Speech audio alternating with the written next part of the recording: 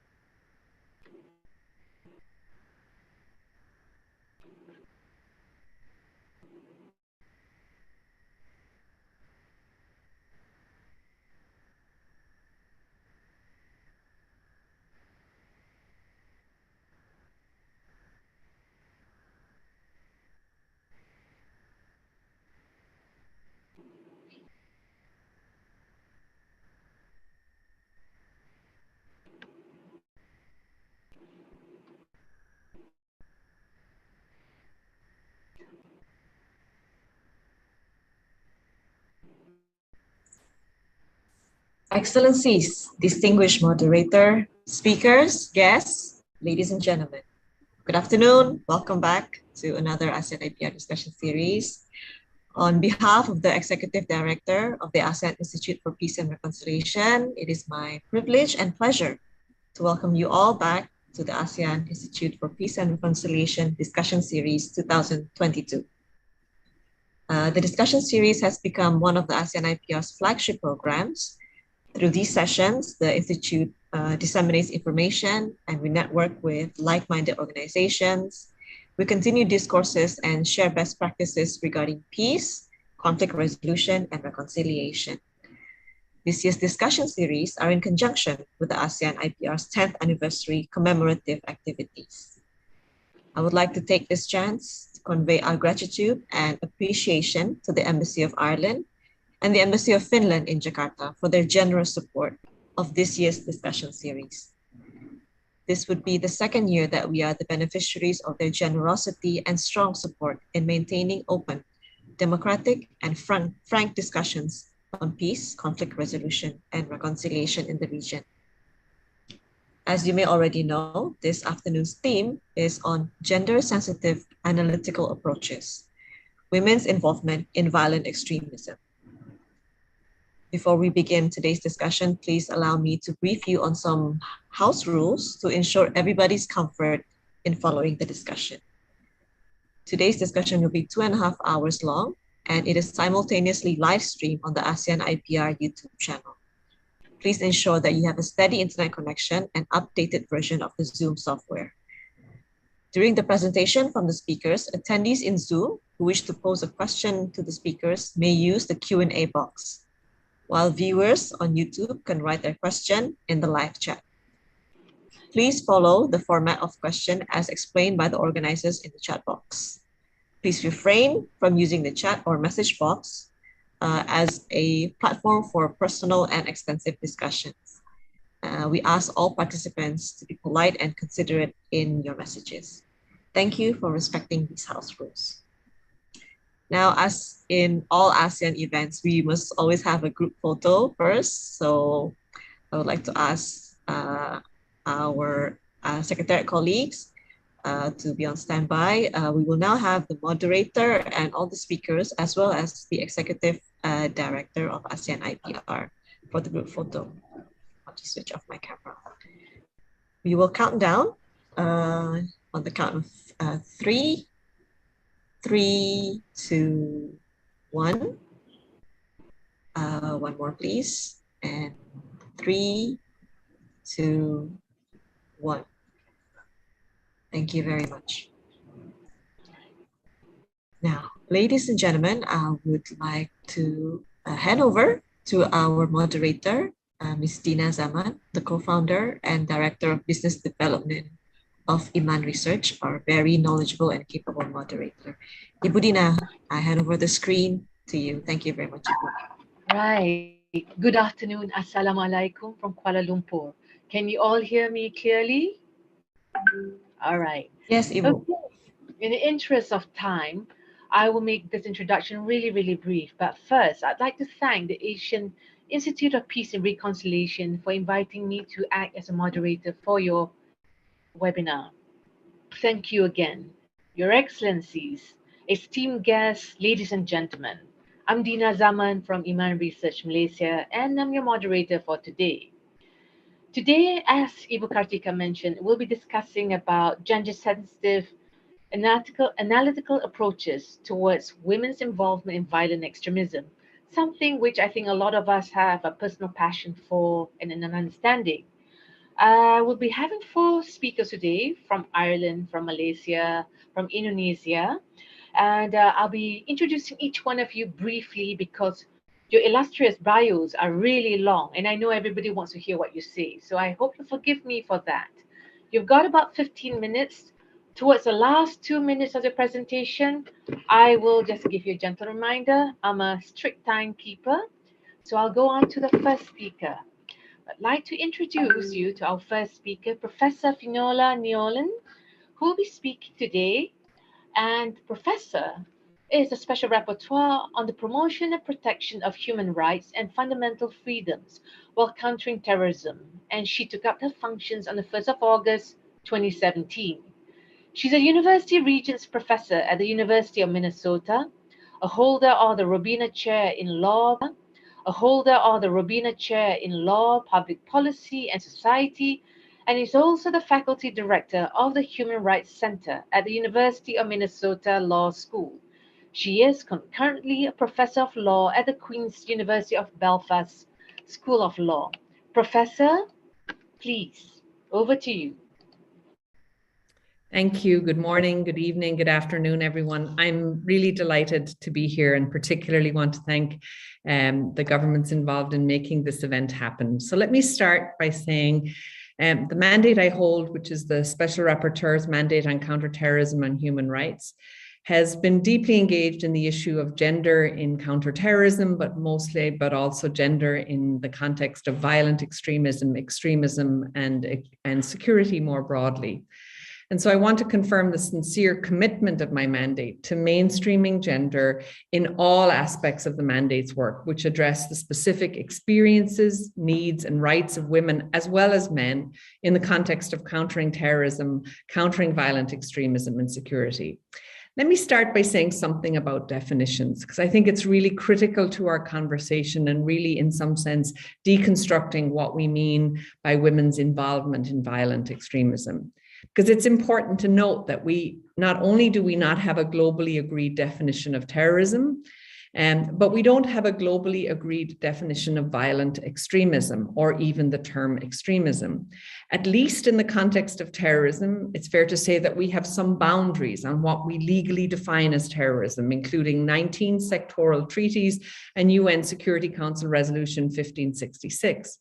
But violent extremism essentially lacks any of those boundaries. And so one of the observations I would make in starting is from the mandate's perspective, one of our challenges of defining what we mean by involvement is the phenomena which we are discussing doesn't have an agreed definition. And therefore, from the mandate's perspective, what I have seen in multiple contexts is a high capacity for the misuse of this kind of terminology. And in particular, as a lawyer, deep concerns about the issues of legal certainty and what we mean by what is or is not extremism. Can you hear me? Yes, please go ahead. Thank you. Sorry, there seemed to be a break there. I think one of the things we see is extraordinary abuse at the national level in this use of the terminology of extremism, resulting in particular the criminalization of acts that are essentially protected by international law, including freedom of speech, freedom of assembly, the right to practice one's religious beliefs, as well as participation in public affairs. And I'm particularly concerned that women and girls bear heavy and unseen burdens resulting from the direct and indirect regulation of violent or extremism at the national level. And those, I think, have been expressed in multiple communications to states. Maybe to say a couple of things about the context that we're talking about today. Counterterrorism and violent extremism is often viewed as a gender-neutral space, both in its practices and its consequences. And I want to say clearly that that view is actually, and I think consistently viewed by many of us who work in a gender-sensitive way, as mistaken. Counterterrorism places, including violent extremism regulation, particularly in formal and elite settings, whether they're national or internationals, occur in spaces that are dominated by male actors and informed by significant gender stereotyping. And so what we see as a result of that is the kinds of policies we have that regulate violent extremism are deeply gendered. Women have struggled to have any due or adequate representation in the sectors that produce the policy that regulates extremism, including among the police, the military, the prison, and the intelligence services. And I think what we know is in most national settings, elite security spaces that actually create the understanding of what is or is not extremism and how it is to be regulated are dominated primarily by affluent men who lack ethnic, religious, and cultural diversity. So we've seen some progress in national settings, but I think we continue to see overwhelmingly closed policy spaces in which the regulation of this phenomena occurs and is conceived. And that, I think, also speaks to, in some ways, the irrelevance of the women, peace, and security agenda in many of these spaces, because the women, peace, and security agenda is viewed as not being relevant or applicable to the regulation of violent extremism or things that states define as violent extremism. And this brings me to the discussion in some ways squarely to the question of the involvement of women in non-state armed groups, in groups that are designated as terrorist group, and to use the terminology of our conference today, in extremist groups. And again, I just want to be clear that we do not have a clear definition of what constitutes an extremist group under national or international law, meaning that what that might encompass in any national setting could be widely disparate. And in many cases, as my mandate has consistently observed, what we find is that legitimate activities, including by women's human rights defenders, are defined as extremist in national settings.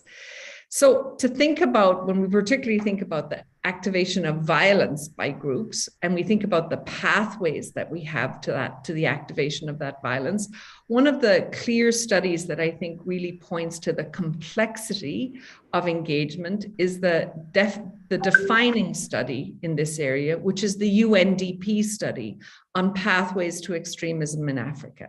And while that's a regional study on Africa, I think many of the kinds of factors that we see defined in the UNDP study are applicable to multiple regional and national contexts. It's really interesting when you look at that study, it defines a whole range of areas that constitute, for both men and women, the pathways that bring them to violence. But I think one of the clear things I would stress as Special Rapporteur is one of the tipping points that we see in multiple national settings is grievance around poor governance, rule of law deficits, and human rights violations. That consistently we see those things as instrumental to and conducive to the pathways that produce violence. We also, I think, in multiple national settings, see community and family as integral to the kinds of spaces which can produce, or the impact on community and family being highly relevant to women's engagement in violence. It's also the case, and I think my mandate and the mandate of the Special Rapporteur on trafficking in women and children has strongly suggested the ways in which we see coercion, inequality, and familial status for women as absolutely essential to understanding how they end up engaged in non-state armed groups. I do want to say something that will sound counterproductive or counterintuitive to many of you, which is many of us will assume that the engagement in a non-state armed group is not a logical choice for an individual. And one of the things as Special Rapporteur that we recognize, and those of us who work in the social sciences more broadly, understand that often the decision to engage in violence can be a highly rational choice. It doesn't mean it's a legal choice or that it's an admirable choice, or that's an acceptable choice, but it may be a logical choice in the context in which women and men find themselves in. And understanding the logic of the choice to engage in violence or to support violence, I think, is really important to understanding the undoing of violence. Now, one of the things that I think the mandate that I hold has paid particular attention to, and we were asked to reflect on this today, is not just what are the triggers to violence, but what are the impacts of counterterrorism itself on women's lives. And I have devoted an entire report to this topic at the Human Rights Council just a year ago. And so I want to take the opportunity to highlight some key findings from that report in the second part of my remarks. One of the things that I have observed as a special rapporteur is that counterterrorism and countering violent extremism practiced by states impacts on every part of a woman's life, including her family life. And one of the things that my report in the last year focused on particularly was the impact of counterterrorism on family life. One of the things we see is that as counterterrorism scope and practice has expanded, it has, in my view, insidiously crept into the regulation of family life, family law, and the intersection between families and the states.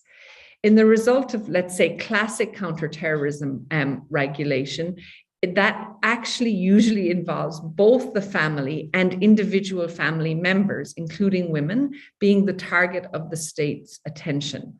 Well, what does that mean in practice? Well, some of these effects are experienced directly. They can include detention or interrogation.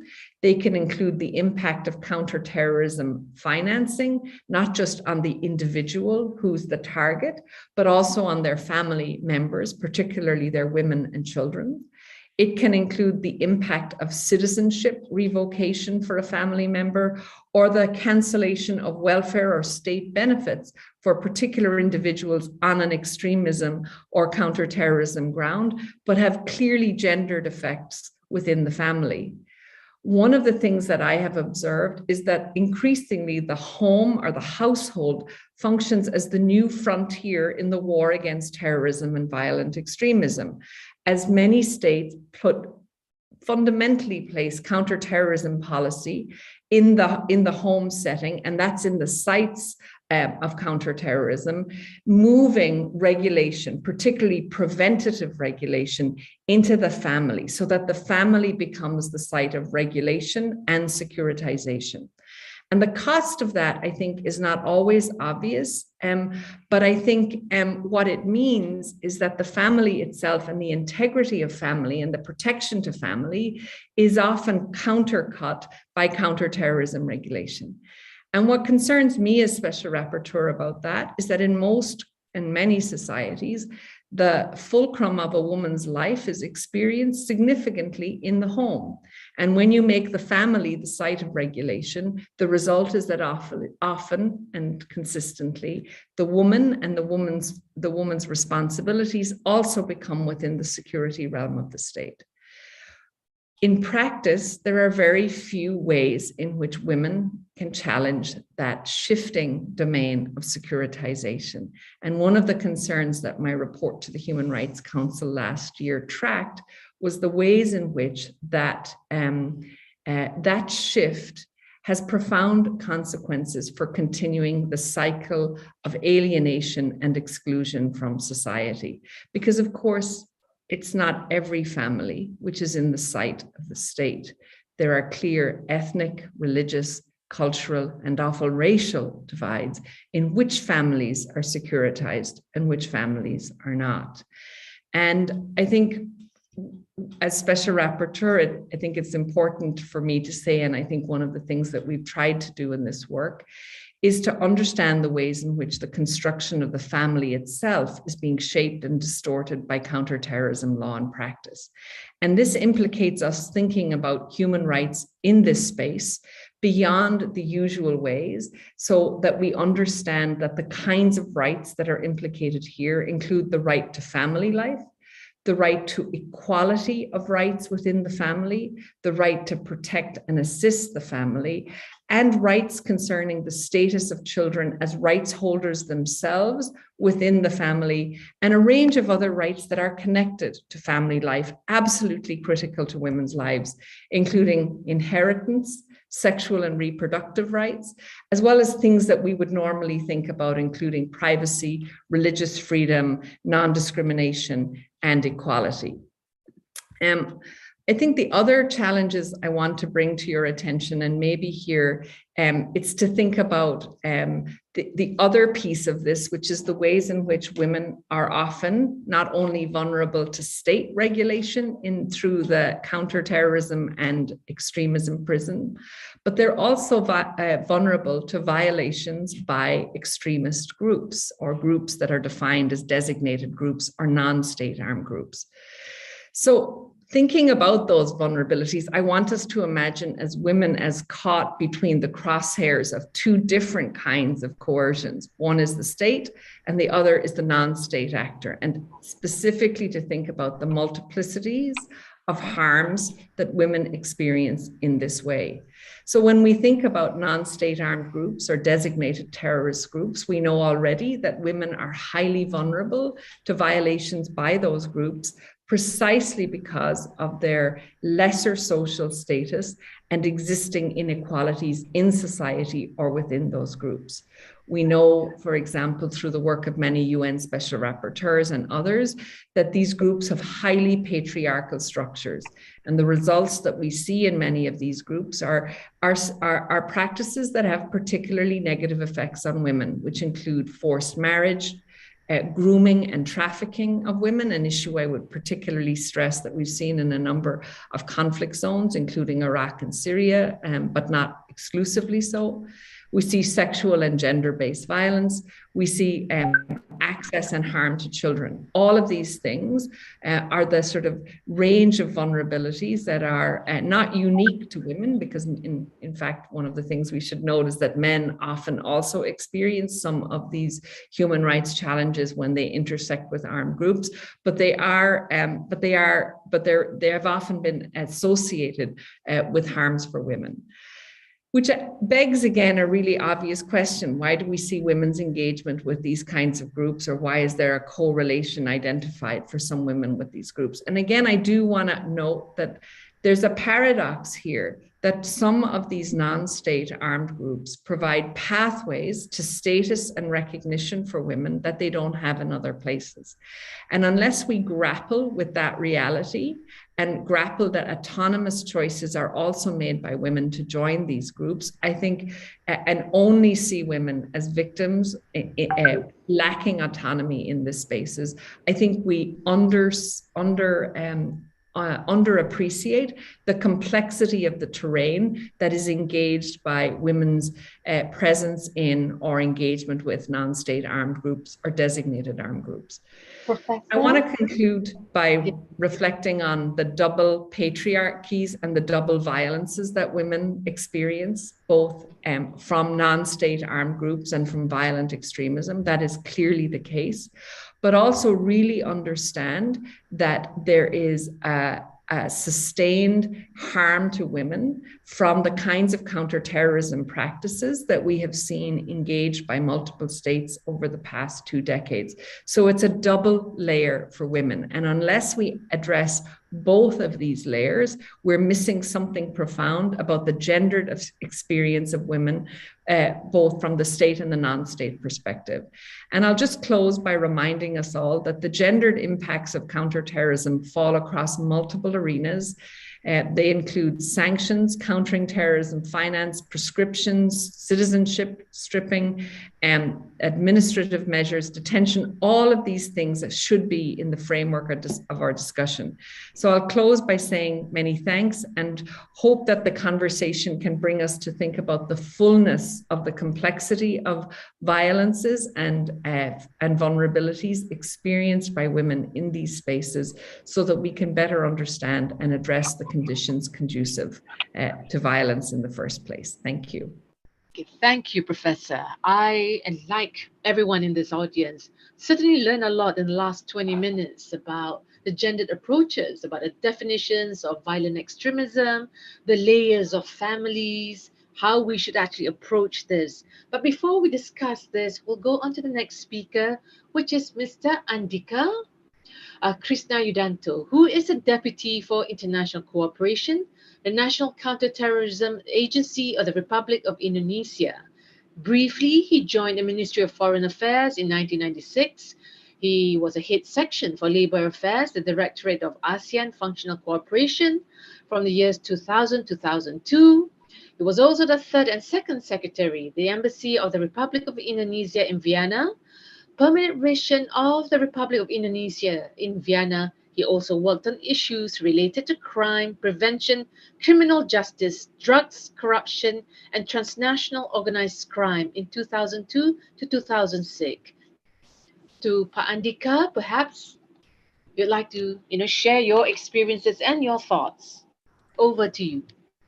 Thank you very much, Madam Moderator. Assalamualaikum warahmatullahi wabarakatuh. Good afternoon to everyone. Also good morning to everyone at the other end of the spectrum. Your Excellency, Ambassador Puja, the Executive Director of the ASEAN-IPR. Certainly, it's a pleasure for me to be here, as well as Ms. Fionnuala, the Aoláin, the Special Rapporteur on Counter-Terrorism and Human Rights, the United Nations Office of the High Commissioner for Human Rights, Ms. Zora, the Senior Lecturer at the School of Strategic and Global Studies of the University of Indonesia, as well as Mr. Andrin, the Regional Director of the International Association for Counterterrorism and Security Professionals. Certainly, it's a pleasure for me to address this very important ASEAN-IPR discussion series, session 2, related to gender-sensitive analytical approaches, women's involvement in violent extremism. Allow me to present my share presentation as follows. Looking into it, certainly was a pleasure for me to listen to the Special Rapporteur on Counterterrorism and Human Rights, indicating the lack of definition related to violent extremism, something that Indonesia also had experience while drafting its national action plan. And of course, this is a very important topic. It's one of those considerations when we look into gender-sensitive analytical approaches when Indonesia started to embark on drafting its national action plan on preventing and countering violent extremism. Now, looking into that in the next slide, what we are seeing is how our women are being involved in violent extremism to an extent also related to terrorism. We've seen, for example, the report of the CTED, which looks into the gender dimensions of response to returning foreign terrorist fighters. When we're looking into that, previously many male, females, including children, were sent to the conflict area in Iraq and Syria, totaling to around 30 to 40,000. Now, 79% of that consists of male, and of course, 13% related to women, and 12% were related to children. But when we were looking into the returning foreign terrorist fighters and their affiliates, we're seeing that the number of women that returned were less than their male counterparts. So again, these are just some of the issues why women are still there in the camps, whereas many of the male foreign terrorist fighters have actually returned to their country of origin. We look into, for example, the research made by Sufan Center, Terrorism and Counterterrorism in Southeast Asia, the emerging trends and dynamics. We also see that the trends are still high and might be increasing when it looks into suicide bombings. But one of the problems that was also encountered was the fact that women, the growing role of women in the terrorist landscape is, of course, also increasing within the Southeast Asia region.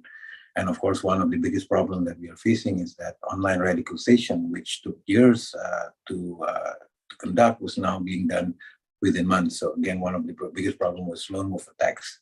And of course, when we're looking into lone wolf attacks in the region of Southeast Asia, women are also prominent in these. One of the latest one was the attack at the police headquarters in Jakarta last year by a woman. Now, these are just some of the emerging trends and dynamics of terrorism within the region.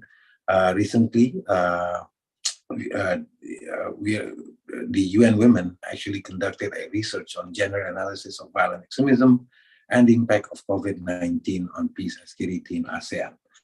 Now, the result of that particular study was that the COVID-19 pandemic was successfully exploited by extremist actors to strengthen their organizations and to intensify violent campaigns.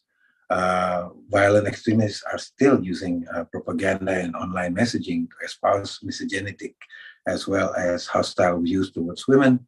And of course, there's the appeal to charismatic masculinities are used to attract, recruits, and legitimize violence.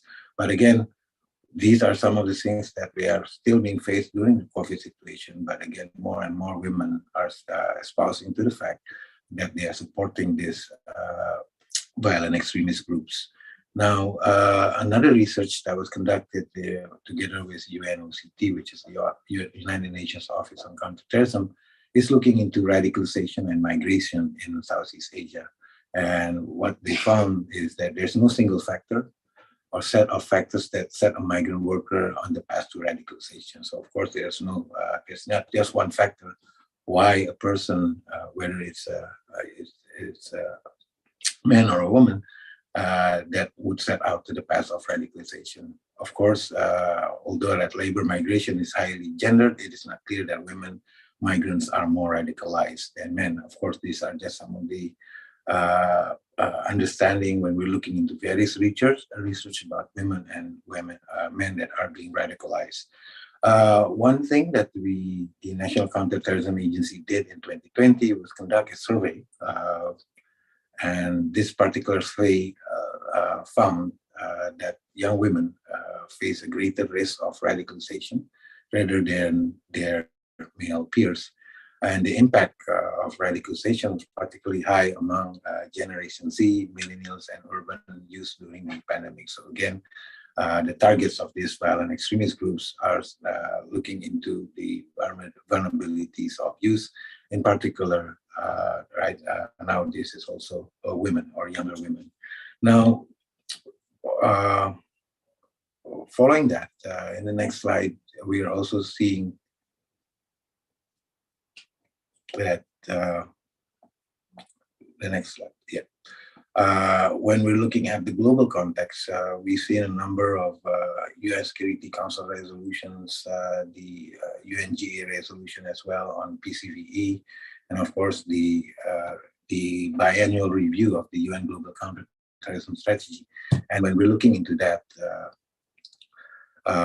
first, of course, the UN Security Council Resolution 1325, which is a landmark document which set out the tone of women, peace, and security, and the role of women, in particular, in preventing and resolving conflicts and peace building, as well as their equal participation and full involvement in all efforts for the maintenance and promotion of peace and security. This was followed up by the Security Council Resolution 2242 of 2015, where there was the need to greater integrate the agenda on women, peace, and security, and countering terrorism and countering violent extremism, and that the integrate gender as a cross-cutting issue. And of course, I think one of the important elements of that is that to ensure the participation and leadership of women and women's organizations in developing strategies to CT and CVE. The same can be said when we're looking into the UNGA resolution A/70/674, where it requested that member states consider developing a national action plan on PVE that is based on their own national priorities, as well as addressing the local drivers of violent extremism. And of course, this particular national action plan should be derived to the fact that it complements its national CT strategies. And I think one of the main elements of this particular GA resolution was the fact that one of the considerations to be made was to have elements regarding gender equality as well as empowering women. Now, the same can be said when we're looking into the global context of the UN Global Counterterrorism Strategy. The last review thought that there's the importance of highlighting the role of women in CT and violent extremism. There's a need to still integrate a gender analysis on the drivers of radicalization of women and men to terrorism into their relevant programs.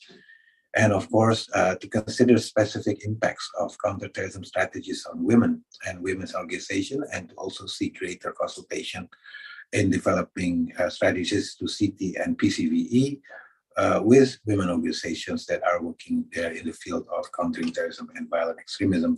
Further on,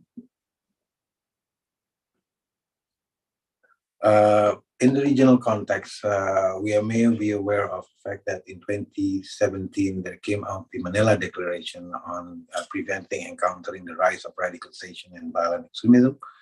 And of course, in 2018, ASEAN came with the ASEAN Plan of Action to prevent and counter the rise of radicalization and violent extremism.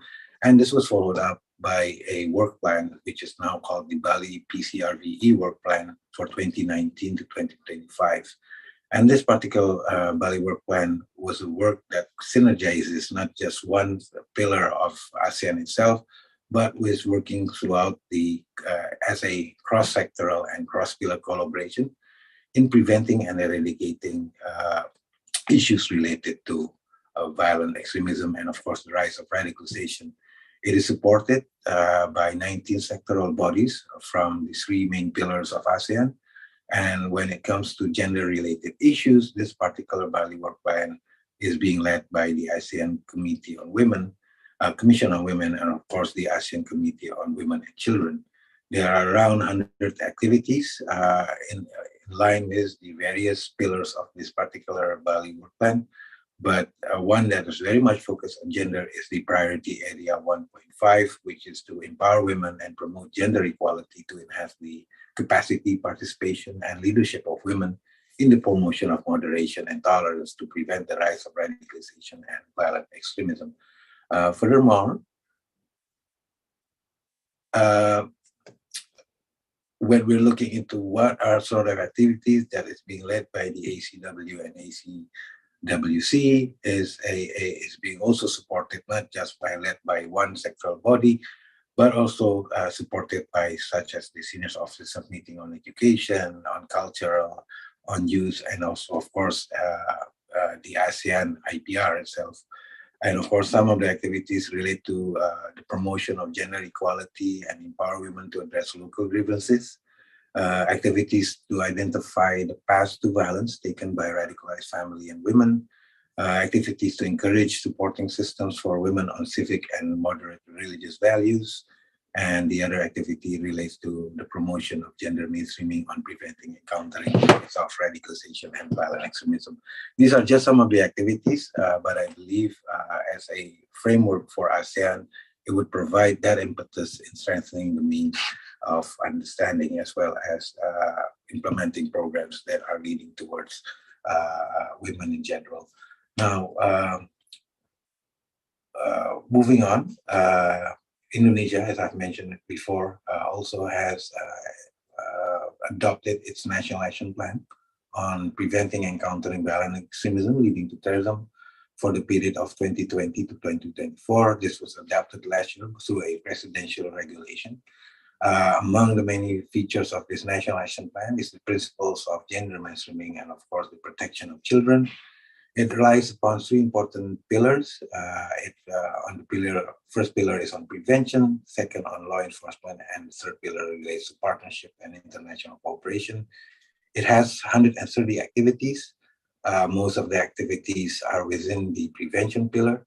And if you're looking into what are the responses related to women, most of the action lines and the role and involvement of women are in pillars 1. Under prevention, but as a principle of this particular National Action Plan, that all the pillars, when they're conducting their activities, should be based on the principles of gender mainstreaming. So that becomes an integral part and animated across all the three pillars of the National Action Plan. The stakeholders, we have 48 ministries and institutions working on this. And from there on, of course, not just the central government role, but of course the roles of the local government. And it is also being supported by relevant civil society organizations. So the approach is in the implementation of the National Action Plan is a whole of government and whole society approach. Moving on from this National Action Plan, lesson for the first year of the National Action Plan when looking into the work of it, that we have constructed the policy support at the central as well as local level. We have set up a joint secretariat to monitor and review as well as report the outcomes of the National Action Plan to the President as well as to the public. There was a letter from the Ministry of Home Affairs that each regional government provides their means for the implementation of the National Action Plan. We have also developed quite a comprehensive infrastructure for coordinating and consolidating the implementation of the National Action Plan. One of them is through a digital platform, which is called the Indonesian Knowledge Hub on Countering Terrorism and Violent Extremism. Throughout the year, first year of the implementation, 44 ministries and institutions, 92% of the 48 ministries conducting this program, the National Action Plan, have implemented programs. For us still looking into how they synergize their program with the nomenclature of the National Action Plan. 37 civil society organizations have joined the Indonesian Knowledge Hub, and of course 29 of them are very active and also reported on the implementation of the National Action Plan. Much of the support, budgetary support, are coming out from the Pillar 1, which is on prevention, 69%, and Pillar 2, 27%, while Pillar 3 is still remaining 3.4% of the budgetary support. But overall, it is more than 160 billion rupiah that is being used to implement the various action lines within the National Action Plan. Through the minute left. Yeah, through the community, through the work with civil society organizations, we are setting up a thematic working group. One of them is on gender mainstreaming, and a number of other working groups also before. And this is based on the formation by our civil society organization. And of course, another one is the Partnership Forum, which is to partner in on monitoring and evaluating the implementation of the National Action Plan, not just by the government side, but also through the works of the civil society. The thematic working group is being spearheaded by civil society organizations, and one of them is to make sure that the implementation of the National Action Plan does observe the principles of gender mainstreaming. There are some obstacles. This is not the National Action Plan, and there are challenges. One of them is related to budget refocusing. And of course, what the Special Rapporteur have also mentioned is the lack of definition regarding violent extremism. So again, this is one of the things that may hamper the implementation of the National Action Plan. But of course, as this is a mandate through a presidential regulation, ministries and agencies are obliged to implement the programs that is written there. So again, some of them is also related to policy deradicalization, especially when we're looking into how the local governments, the regional governments can be able to implement the National Action Plan. Moving on to the next slide. These are just some of the programs that have been implemented that focuses on gender. There's the Gender of Religious Extremism study on transmission of radical values to women convicts of terrorism, being conducted by the National Research and Innovation Agency. Awareness raising programs on women peace activities in the province of West Java, Central Java, East Java, and Central Sulawesi, conducted by the Ministry of Women's Empowerment and Child Protection. The raising awareness on the prevention of terrorism to women communities through the Coordinating Forum for the Prevention of Terrorism in 32 provinces in Indonesia, that's conducted by the National Counter-Terrorism Agency. Women Leadership and Digital Skills Workshop throughout the various FKPT, or the Coordinating Forum for Prevention of Terrorism. And of course, raising awareness on youth and interface group regarding the fulfillment of women's human rights in the context of mapping models of sustainable management and peace building in Aceh. That was conducted by the Women's National Commission. And the drafting of a model for handling children perpetrators of terrorism acts. This is being done by the Director General for Corrections of the Ministry of Law and Human Rights, and of course in cooperation with the Ministry of Women's Empowerment and Child Protection. And the last one is the implementation of the action plan of the Minister of Women's Empowerment and Child Protection Regulation number 7 of 2019 on the guidelines of the protection of children from radicalization and terrorism act. And that is also being done by the Ministry of Women Empowerment. So these are some of the works that we are doing related to the National Action Plan through a more gendered response. To be implemented, there are 3 other works mostly related to assessment mechanism for management of detainees and terrorist prisoners, taking into account the specific needs of women and children, conducted by the Ministry of Women Empowerment, research and studies and the perception and experience of individuals, including men and women, as well as children on the violent extremism, and the preparation for integration of terrorist prisoners into society by also taking the work of involving the role of women in dialogue to prevent stigmatization and reconciliations.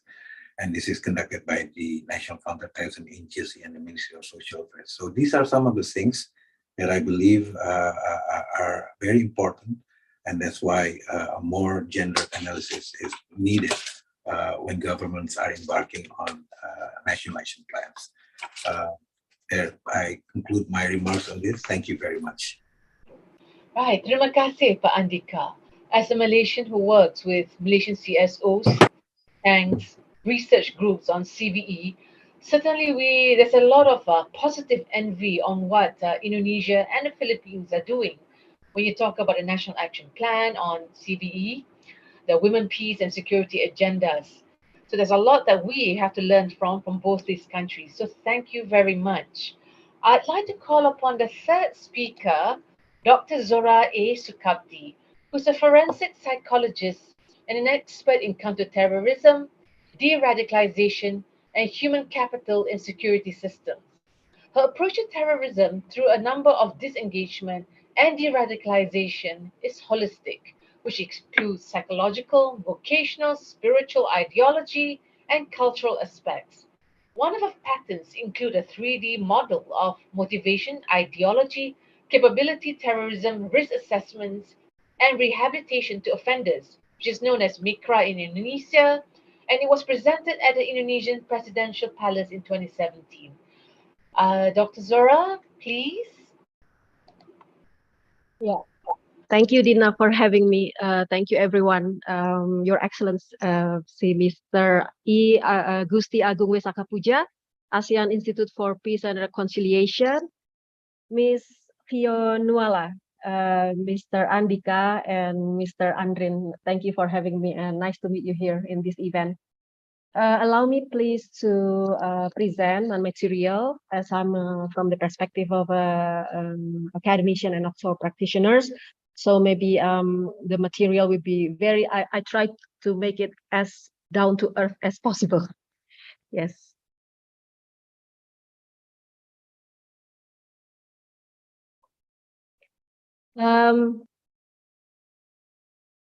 Having experience in dealing with women in the violent extremism network in Indonesia, I will present some of the research happening here. This is the research usually that is focusing on women involved in terrorism. Usually the research is qualitative, usually mentioning names, and some is not mentioning identity, so it's only initials. And also many case studies held in Indonesia, Southeast Asia, and many countries in Europe. And also usually the research at this point is are centered in roles like between passive or active roles in the network, and then but not yet the modus operandi. So usually all the research usually based on the roles, and then also the motives of these women.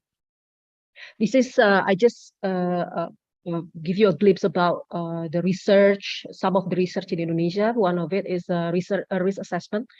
You can see that in the column here on the right. Actually, the risk assessment to women is spread from low to very high. So the assumption that saying that women only doing the the low risk activities actually is not true. So they actually spread in the low risk, medium, and also very high. So we can see this is the score, very complicated. I just want to show the last part of this table. And also this is just a glimpse of how the qualitative research on women. If you see, this is the subject on the left. This is one subject, second subject, third subject. You can see that from these all subjects, many of the analysis is actually mentioning the significant others like husbands. So if we do a word search, many word husbands come out. So they are basically involved in the network because of the influence of significant others like the male, the alpha male authority like father or husbands. And then now the loopholes, the current gaps is if we tell or measuring how extreme are they, it's actually we need a tool that, and this is still lack in the academic world and also in practitioner in practice in real life, because the tools, many of the tools in some country cannot be applied in, let's say, Southeast Asian country. One of the tool I cannot mention is applied in the Western countries, but when it applied here, to be honest, it's hanging. I mean, the computer cannot process, because when you define extreme, that's based on the norm. Extreme is percentile, left and right. So if in the Europe, people are not fasting during Ramadan, for example, so fasting will be, someone who fasting will be extreme. But in Indonesia, many people are every Ramadan fasting. So you can see how to have a tool, to apply a tool, we need to have a cross-culture, kind of a cross-cultural tools that is can be applied to many cultures. So this is the lack, I mean the deficiency in many of research. And then also I observed that some research is too empathetic to women, like, oh, they are just victims. But some research too harsh on women, like, oh, they are the godmothers, they are the one that the leader of the cartel or syndicates of terrorism. So sometimes it depends on the authors. If the author is from the perspective that is they have shared what is it called as sympathy to women, the research will focus on the how women become a victim of a male-dominated society or network in some culture. And also there is an interesting that if we look at the number of women in the network, some say that for example, Negara Islam Indonesia, NII, is like 800,000, and then it's just like a guessing. Like there's no firm number because many agencies have their own different numbers. So this is the difficulties. And also there's a lack of statistical data. We can see because of many of the research at this time is based on qualitative case studies, mentioning names, Siska, Zakiyah Aini, the one in Mabes Polri. So because it's hard to get a sample, to get a statistic sample. So we can only do rough guess about how many is the woman in JAD or in ISIS or in GI. Oh, 3,000 FBI, 3,000, and then NII, 300,000, Khilafah Muslimin, 14,000. So it's just a number that is a rough guess. And also, there is a lack of instrument that measuring extremism in the cross-cultural context. Also, there is a lack of understanding how to rehabilitate them. So this is the loopholes in the academic research. So my recommendation is the mixed authors maybe is needed, females authors and also males authors that maybe can see the problem more objectively. So not too empathetic, but not too harsh on women. And also, we need more research in making tools, development of proper tools. For example, maybe extremism in some country may be different in extremism in other countries, something like that. We can see that this is the dimension of terrorism, how complicated, like individual or group.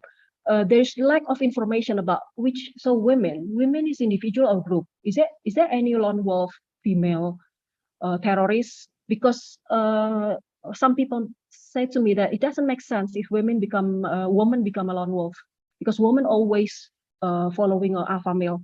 How come she just go to some area and then bombing herself without any influence of other male authorities or significant others? So this is another mystery, yeah. Like how many women involved in anti-state or separatism or in pro-state terrorism? In the how many women involved in a secular kind of terrorism or in religious kind of motivations, motivated terrorism? So this is still a mystery. Yeah? This is still a gap or loophole. So if we talk about vulnerability of women to be exposed in violent extremism, I could say that there is two kind of approach. If we see the nurture part, which is based on my experience, different cultures or lifestyle, different stereotypes and different attitude, also different vulnerability. For example, the women in Java, for example, in West Java. So this is my example, yeah. When I did some training in West Java, they have no problem to join the program because they are more dominated than the males. But if I do this same program in the Central Java, for example, they have to ask for their husband to join the program. So we can see that if we want to answer how vulnerable, depends on the island, depends on the culture. Especially in Indonesia, we have so many islands, we have so many suku, ethnic, yeah, everything. So it's different. Especially if you compare women in Kalimantan, in Bima, in Sumatra, the level of obedience are different. And this is interesting about immigrant workers because this event that run by ASEAN. So this is interesting because the personality or the profiling of the immigrant worker, what we call it as a takeaway, is different than the one that not be exposed to other culture or never been to outside Indonesia. They are more aggressive, more outspoken. They are more, maybe we cannot say that they are more vulnerable because they have seen the world. Yeah, they have worked in Hong Kong or in Singapore and other country. So they don't feel inferior. They know the world more than the male, maybe. So they are more dominating. So you can see that the program to women is so chaotic, yeah, because they involve not just the first kid, maybe one woman will bring like 5 kids. So we have to employ many of the first graduate, yeah, to handle the kids while we train the women, the ahwat. Okay, that is nurture, depends on the culture. Now nature, every human being in the research by Genia, yeah, about development of religiosity, women have, women and males, every religion, every believers, according to Genia, have this stage of life. Like in the first phase, they having egocentric stage when they believe in God, and then when they have a bicycle, God love me, but when they don't have the candy or bicycle, oh, God hate me. So based on personal pleasures, that's egocentric. And then move to the other stage, there's dogmatic, like we learn, like in Islam, we learn how to pray 5 times a day, fasting, Hajj, everything, zakat. That's dogmatic. And then we move to the next stage, transitional, when we see or we meet, we live coexistence with other believers, other religion. So we negotiate, like, oh, he doesn't fast, he doesn't do fasting, I do fasting. So how can we work it out, living side by side, and then reconstructing the values, and then become transcendence, like they can be, in Islam we call it rahmatanil alamin, so they have a peaceful harmony in society. This is the stage of every human being in the religious development. So we can imagine, maybe some people believe that, oh, if terrorists, women, female, male, if they are still very dogmatic, yeah, maybe they're still stuck in the second stage, although they are maybe 50 or 40 years old. So they're still stuck in that level. They cannot be living coexistence with other believers. The channel used by this extremist group, yeah, to recruit women, usually, as I said before, is from husbands, fathers, cousins, strong teachers, strong brothers, basically the alpha males in the clan, tribes, or family. So yeah, so how to mitigate, to do the assessment, is by keep shielding, monitoring the women surrounding the alpha males, that maybe especially the ones who are just being arrested.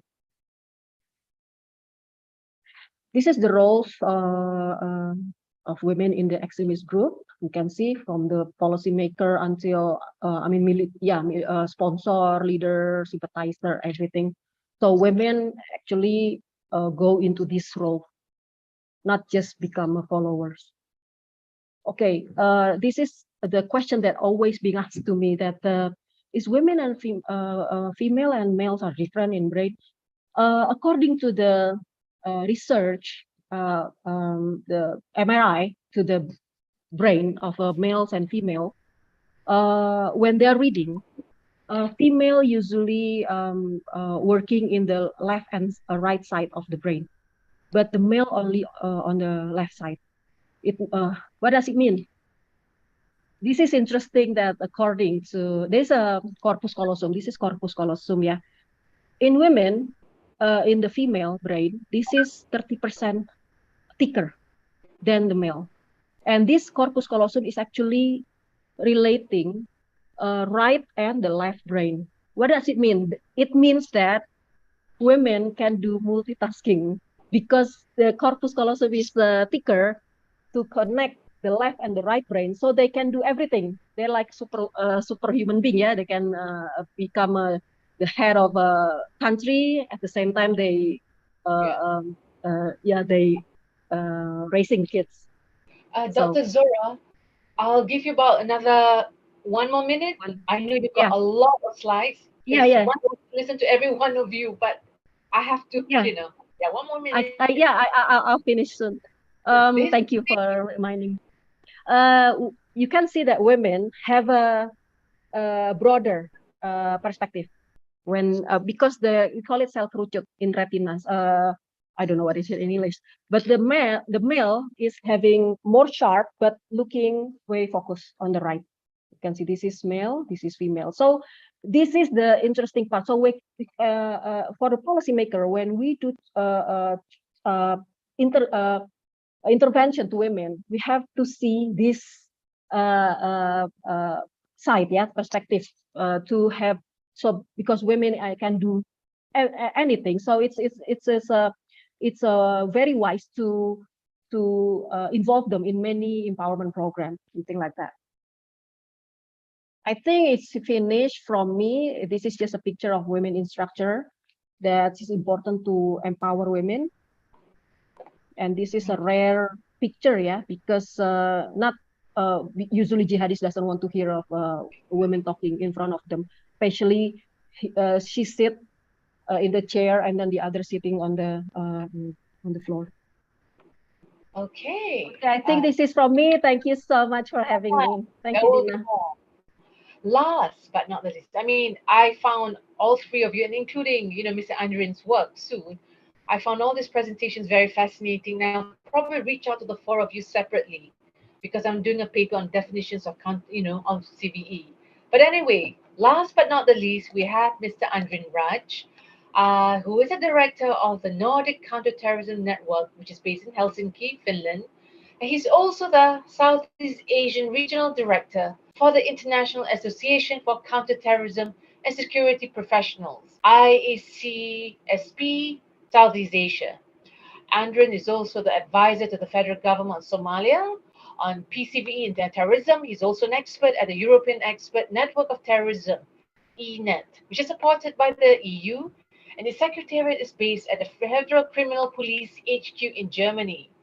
Andrin is also the honorary member of the Leadership in Counterterrorism Alumni of the Five Eyes Police Organization in the US. Very, very impressive. So may I invite Mr. Andrin?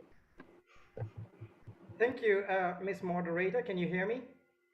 Can you hear me? I can hear you, but I'm not too sure. Everyone, can you all hear him? I can. Yes, Andrin. Fantastic. Yes, yeah. I'm just going to come closer because we had a issue with my mic, so I'll be talking very closely on this. Thank you, Ms. Moderator, Ambassador Pooja from the ASEAN Secretariat, distinguished speakers, ladies and gentlemen. My name is Andrin Raj, and I will be speaking on issues pertaining to the PCV issues, women, the current challenges faced by the ASEAN region, and where we are heading in the next couple of years. I would like to also stress that the Nordic Counterterrorism Network is the first counterterrorism specialist center in Islamist ideology and terrorism based in Helsinki, Finland, and happy to see the Ministry of Foreign Affairs of Finland supporting the event today here. As we move into this picture, women respect in Indonesia, as I'm actually operating here in Indonesia and working closely with the University of Indonesia and Dr. Zora as well, we see women in hijabs in Indonesia, and this is one of the reasons, an issue that I wanted to raise on tolerance and moderation in Indonesia, where we have been promoting Indonesia in Europe. And of course, Zora is a senior fellow at the Nordic Counterterrorism Network, and MICRA has been introduced now to the European Commission, where we are looking into the different aspects of Indonesia's Pcv program, especially from Zora. And the ENET is made up of 120 experts from the European Commission.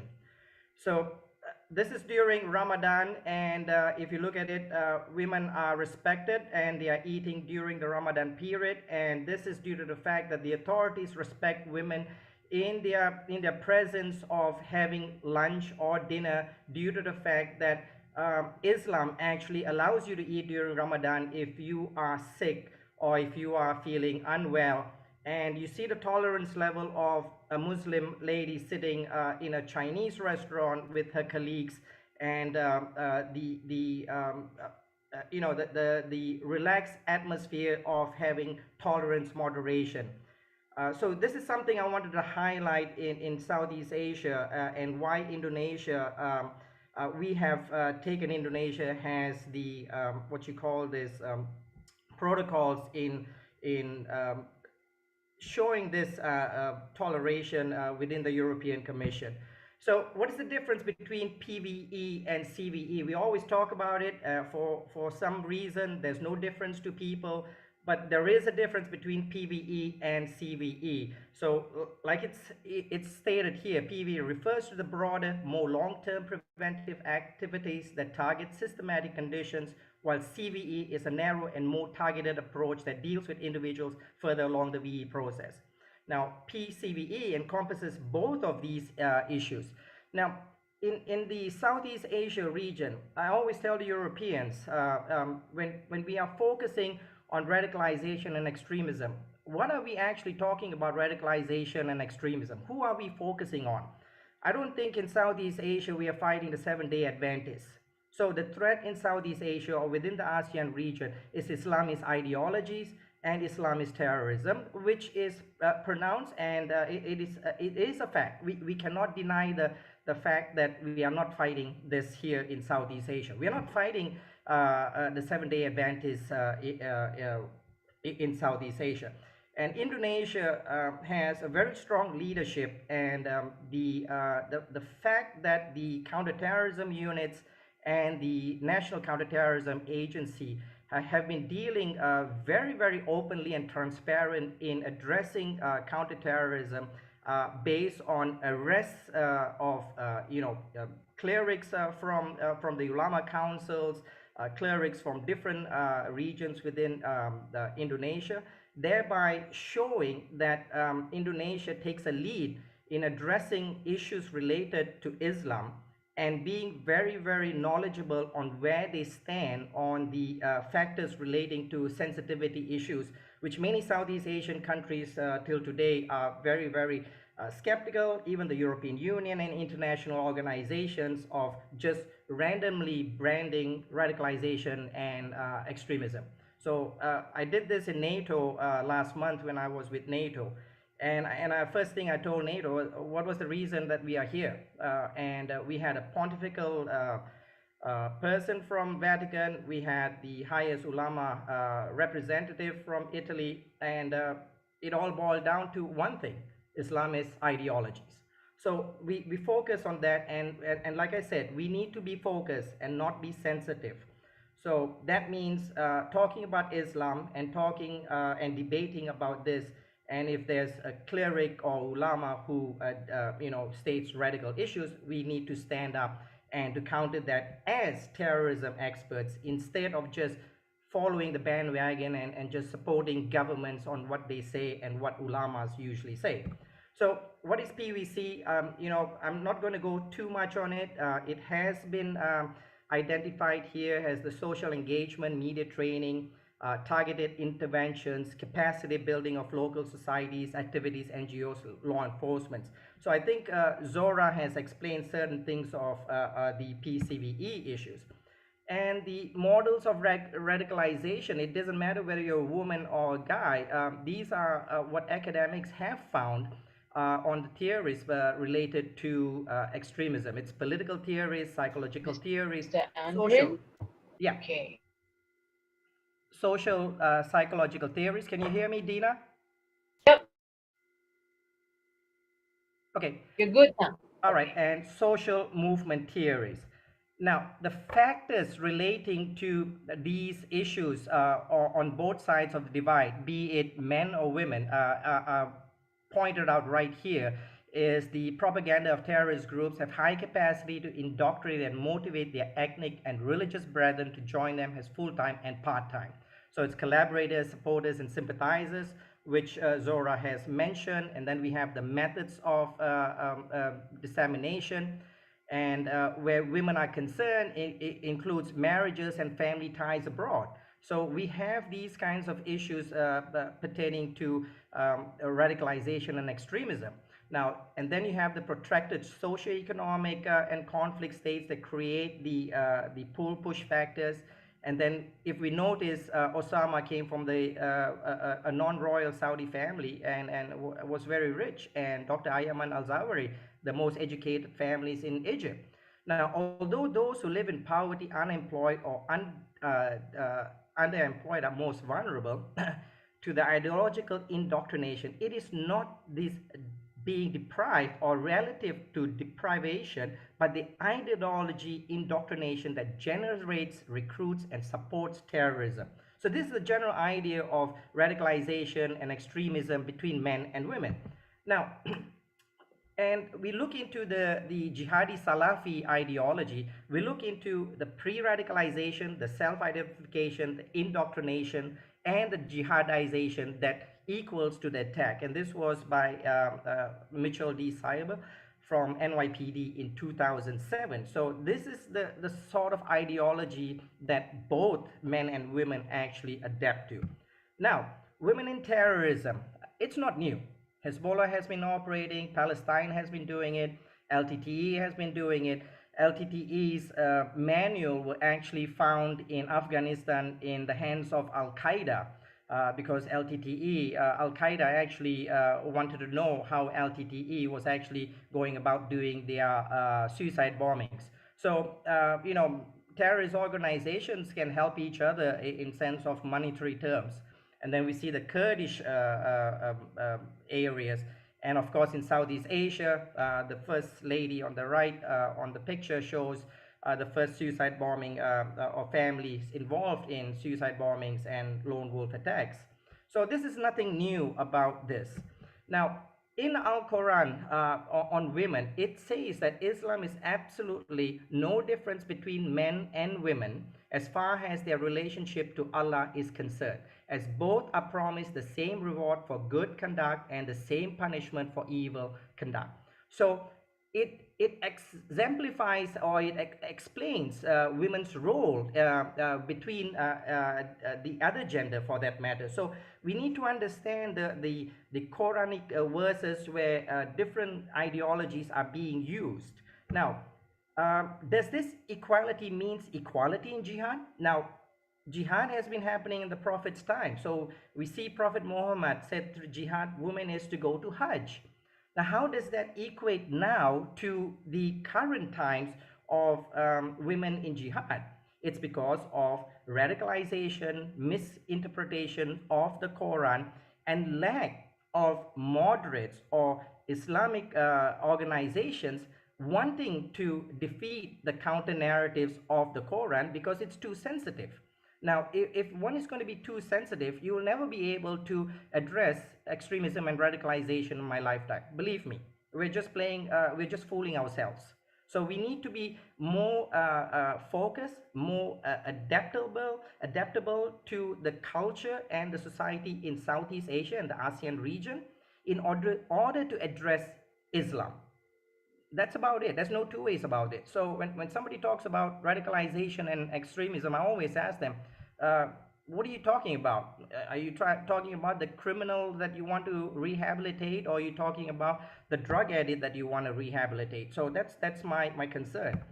Now, shifting from masculinity to femininity, we see the indoctrination of radical groups, misconception on jihad.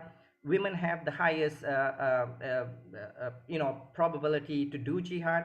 Women have the obligation under the Fardu Ain to do jihad in emergency situations. So this is what Islamist groups are taking advantage, and the ulamas and the clerics are not looking into it.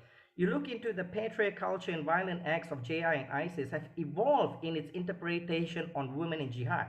Muslim governments fail to understand this phenomena, caught in the old school of religious perception. Men are superior. Now, when it comes to women in jihad, they're all lost. They don't know which hadith to use, and they're coming out with more hadiths. But when you ask them where did they come out with this hadith and show, no one has the inclination to tell you from which part of the hadith that somebody says something about a particular religion or a particular statement to go against something. So we're losing this in Southeast Asia due to the fact of the patriarchal. Now it's more matriarchal, where women are taking charge. So women as a strategy, yeah, it's shaming men. Research has proven it. We have short of personnel for Islamist groups. Women considered safer to use in missions. Authorities may not suspect their involvement. Very secretive of the group. You can see them in Ahol camps. Women vulnerable, being easily influenced in the high militancy issues. We look into the recruiting, into the women's involvement in terrorism. We see them as recruiter, campaigner, fundraiser, planner, suicide bomber, narrator, logistical support, married to members of ISIS, networker, giving birth to continue the generation, educator, children to continue the spirit of the group. These are things that we are looking into women's masculinity changing now to the femininity part of it. And we're losing this. We're not understanding this. And due to the fact of patriarchal ulamas and clerics defining that who they are and how radicalization and extremism should be looked into, now they are lost because they don't know how to address the women part of it. So women, the role of women as a perpetrator in violent acts mostly comes about as pseudo agents rather than the real agent. Will they do violent acts without the support of their male friends, husbands group? That's a question that you need to answer. In some cases, initiatives come from within their radical beliefs. However, ideas are mostly being exposed by Teher Iman, which mostly are men. So there is some sort of links between both of them. Now, we move forward to the cooperation situation, which Mr. Andhika talked about. We have the ASEAN way, we have the realization of the fight against terrorism, the declaration on joint to counter terrorism, ASEAN Plan for Action. These are all, ASEAN's cooperation within the region. So, there's so many platforms ongoing, and one try to figure out whether any of these are actually being upheld. So, having lots of platforms is good. European Union has lots of platforms, but sometimes it doesn't work. So, rehabilitation services, coming down on rehabilitation. And about 1.10 minutes. Okay, sure. We take a look at what's happening in the ASEAN region, and then we go into the assist needs of women in CSOs. These are areas that Andhika talked about, as well as Dr. Zora. And then we have the coordination of institutions still needs to be improved, data sharing, identity radicalization within family, and these are the areas that we are lacking within the ASEAN region. So the reawakening of Jamaah Islamiyah will detail the region's perception on Islamist ideologies. Now, I think the United Nations speaker spoke about there's no agreement, too broad, it's focused on ideas, beliefs, it's politicized. So these are violent extremism challenges we are facing. Now, if we look into the rehabilitation, these are children where I'm actually with Nasir Abbas, and there's no single profile, age groups, financial, social backgrounds.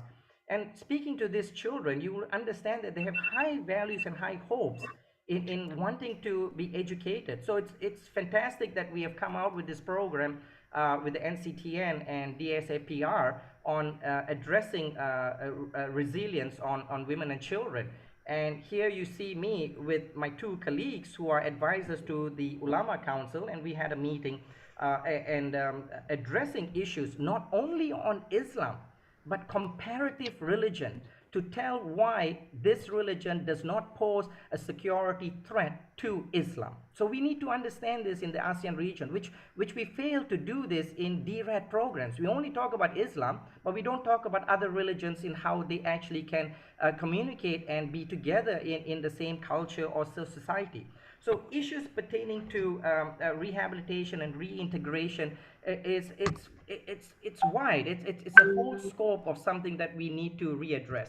So just a point to take on, Dina. At the political level, we've got 1 more minute, yeah? Yeah, okay. 1 more minute. Okay. Yeah, lacking of effective legislations constrains government's ability to counter the threats of terrorism. At the political level, this stems from the inability of the national leadership in making a compelling case against terrorism. So if the leadership does not address this and are sensitive to address what they are talking about radicalization and extremism based on Islamist ideology, we will fail within the region to counter these threats further in our works. So I always tell terrorism experts, irrelevant of government's new policies and regulations, we as academics and practitioners need to be truthful to ourselves in order to be experts. We can't just be experts just to support an international organization that says, hey, we're doing this, we got to follow suit. No.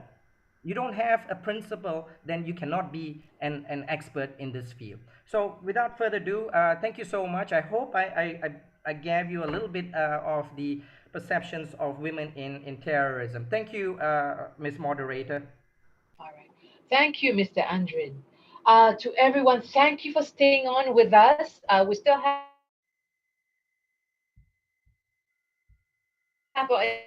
an hour to go. To all the speakers, speaking on behalf of the audience, we've learned a lot. One of the things, before I go track back to the previous speakers, is that one of the things that Mr. Andrin spoke about is the reluctance among, okay, may I say this, it may be politically incorrect, but many Muslims do not want to admit to the fact that certain ideologies may actually influence certain actions, certain thinking. I see these arguments a lot within confined groups of activists in Malaysia. I see this also being argued on LinkedIn.com, and of course, social media and all that. And there's that line there. Whenever you do your research, people will say, no, it's not religion that forces one person to become a terrorist or a militant or a sympathizer. But at the same time, can that be also a reason why that a person may take that path? These are the discussions that we really have to discuss among the practitioners, the experts, the specialists in counterterrorism and countering violent extremism. We need to talk about the elephant in the room. How has an ideology of faith kind of sort of actually influence the path that some people take? Early on we discussed, yeah. Okay, hang on. There's a little message. I believe Professor Neolin will be leaving as she has a meeting. Thank you so much for coming in. We learned a lot. I learned a lot. So back to her first presentation, we learned about how, and I think we all can agree, we still don't have proper definitions at the national level, regional level, international level, even at the subnational level about what is terrorism, what is extremism. It's true, as what Dr. Zora said. If I'm fasting in Malaysia, that doesn't make me a militant or a radical, but maybe someone who's doing intermittent fasting somewhere in Canada, that could be misconstrued, even though it could be a health thing, right? And there is that thing that we need to look at. It's true what Dr. Zora said, that yes, there's been a lot of focus on gender and how we perceive women's, understanding of violent extremism. But I think we also have to look at masculinity, toxic masculinity, how we've been brought up. Maybe in a certain island or even a certain home, we've been brought up differently. When Mr. Andhika spoke about the National Action Plan, what Indonesia is doing, again, I repeat, there was some envy on behalf of my Malaysian counterparts and colleagues, because you think, well, why aren't we doing this? Why can't we engage with specialists like all of you? But why must be left out? And I can just give you a little story here. At the 12 hour today, we were all invited to one. Not us, but a lot of the CS students who've got work. So there is also that this also, at least people study this, and government agencies. And again, Indonesia is lead. So I would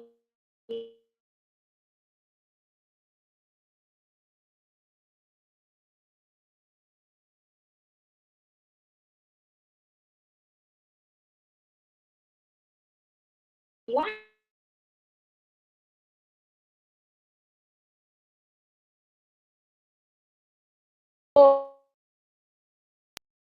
I think we lost you, Dina. one of the questions, measures in counterterrorism, you answer that.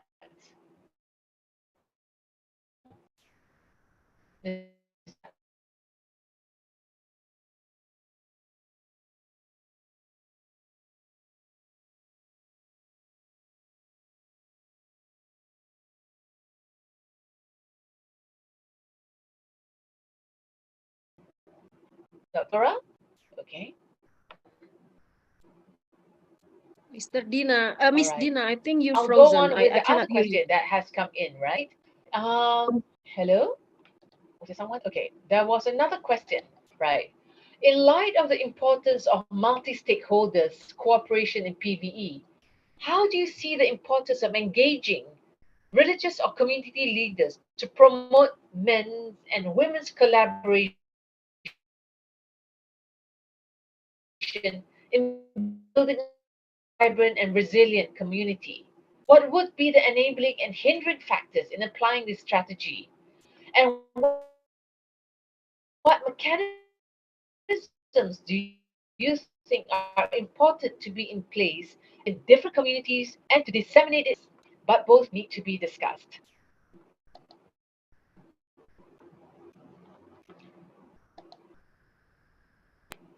I call upon Mr. Andrin, perhaps. Well, Dina, you've broken up, so we couldn't hear what you were saying. You couldn't hear me. I'll have to repeat all because over again. because Okay. you were actually blocked off for a little bit. Neither one of us could hear you. Okay, I'll repeat, I'll truncate and summarize. And I hope you can hear me because I'm yelling now in my study. Basically, I truncated summarized all four of your talks. One, the fact that we need to discuss the elephant in the room, which was brought up by Mr. Andrin. One, that we have to realize that certain religious ideologies may contribute to radicalization. What path? Is it the Sufis? Would it be the Salafis? What? And what causes it? That's one.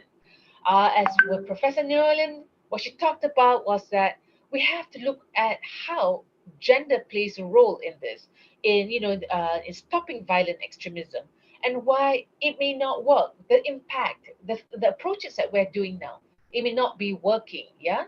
Pak Andika spoke about how Indonesia is actually dealing with violent extremism. And I said, how this is actually a roadmap that a lot of Southeast Asian countries should follow. Because obviously there is a lot of engagement with government agencies and also CSOs, which we don't see in Malaysia. I'm going to be killed for saying that, but yeah. And lastly, for Dr. Zora, is that the fact that, and her work overlaps with Mr. Andrin's, similar. The fact is that, you know what, that, violent extremism, the definition of extremism, terrorism, right, it differs from families to families, areas to areas. So this is a summary.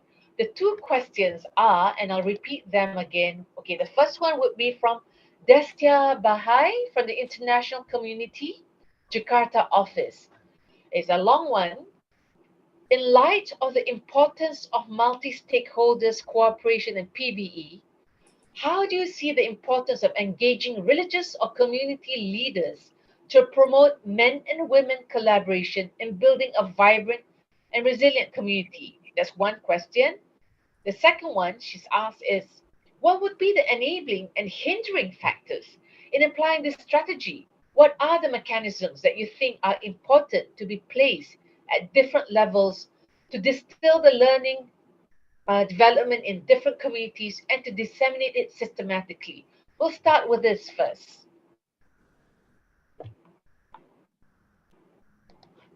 So it's going to be Dr. Zora or any one of us? It feels like a PhD viva. So who would like to go first? Maybe I'll start. Yes, Okay. thank you. Yeah, it's a good idea to combine. Yeah, we call it in Indonesia pasutri. Pasutri is pasangan suami istri. So all the program usually, I always invite the wives. It's like a bird. Yeah. So the wing have to be right and left. So husband and the wife always like that. But sadly, in the field, sometimes there is a lack of budget. So we prioritize the male because the male is the breadwinner. So in our empowerment program, although we really wish to involve both women and female, male and female in our programs, disengagement, prevention, and everything, but still we have to be realistic to see the timeline, the budget, and everything. So we go to the males again, but it become our priority to next time to involve both women and female, male and female, male and female.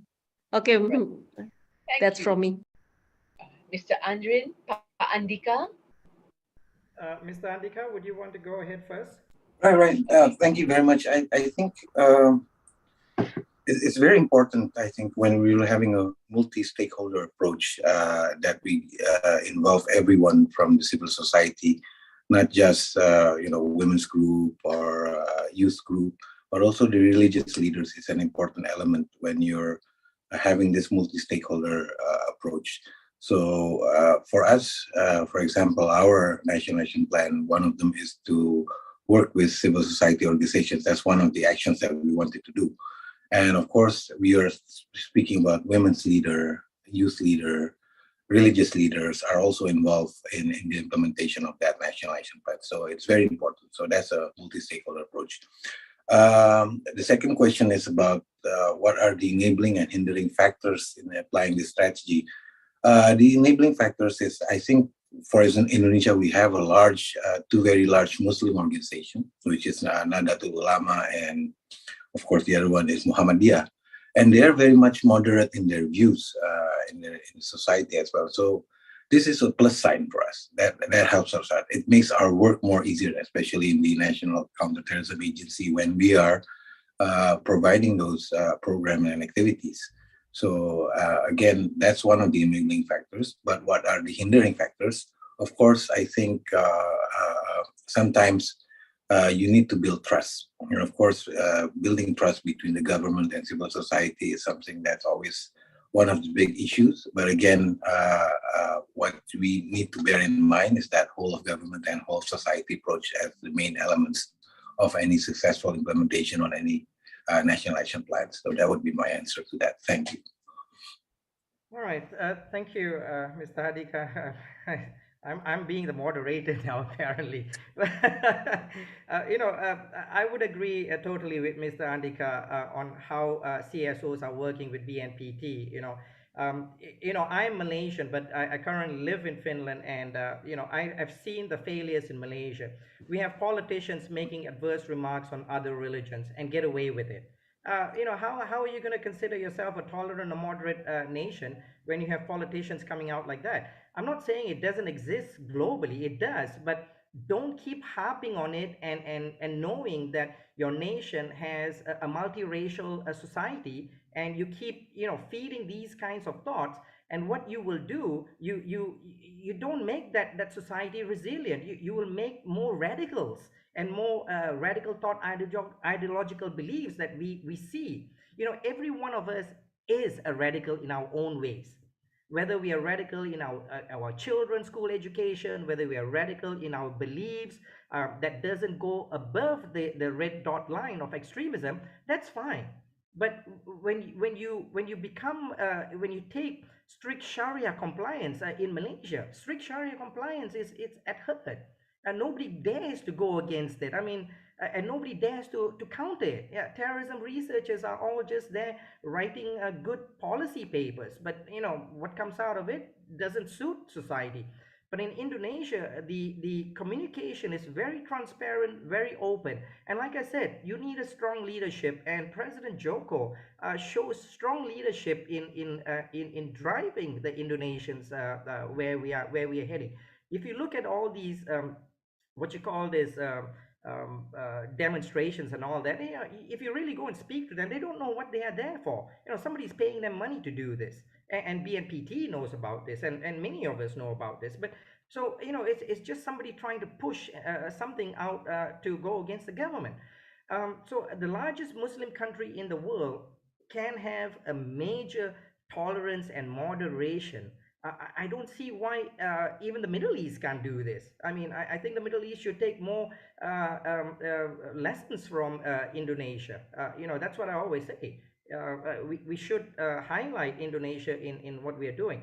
We are so caught up in religious issues that it's so sensitive that a non-Muslim cannot talk about Islam.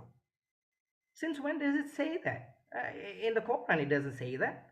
So we need to be very, very vocal about this. Now, the enabling factors, we're doing a pilot project between the EU and now a local organization on strengthening family resilience, enhancing children of terror convicts' emotional intelligence. This is what we're doing, and Zora is part of the team as well. We're trying to get this in. And of course, the European Union is engaging in Indonesia. Indonesia has been picked as one of the key areas. There are going to be 3 major platforms within the next 3 years that the EU Commission has funded, and Indonesia, it's open to everybody. It's not restricted to a government-linked organization. We don't want enabling factors that are controlled by the government to do these kind of things. Where what I see in Indonesia is that they're open to all CSOs, irrespective if you're Muslim or you're Hindu or you're Christian, you're able to come in. Now we are trying to kind of spearhead this to bring in comparative religions in these children's, because when I spoke to these children, they want to study. I said, you know what, go into this, do your studies properly, and apply for a scholarship to go and study in Europe, because Europe gives you scholarships. And they were so excited about this, believe me. And so these are enabling factors to tell them about different cultures. We need to incorporate different cultures for them to assimilate into society. That means when they see a Christian or Hindu or a Buddhist, they're not going to be intolerant. So these are enabling factors that we are looking into, the resilient factors that we have seen within Southeast Asia. So the largest Muslim country in the world is following its footsteps in addressing the parts of governance and stuff. Yeah, it may not be perfect, but it is a good platform to take and to learn. And even in Europe, we fail to understand of inter-religious dialogues and stuff like that. So I hope I brought this together in sense of being resilience and enabling factors of how we should go about this. Right. Thank you, thank you. We've got a few more questions. Okay, that's one, yeah? From a Tabitha Danun Romi.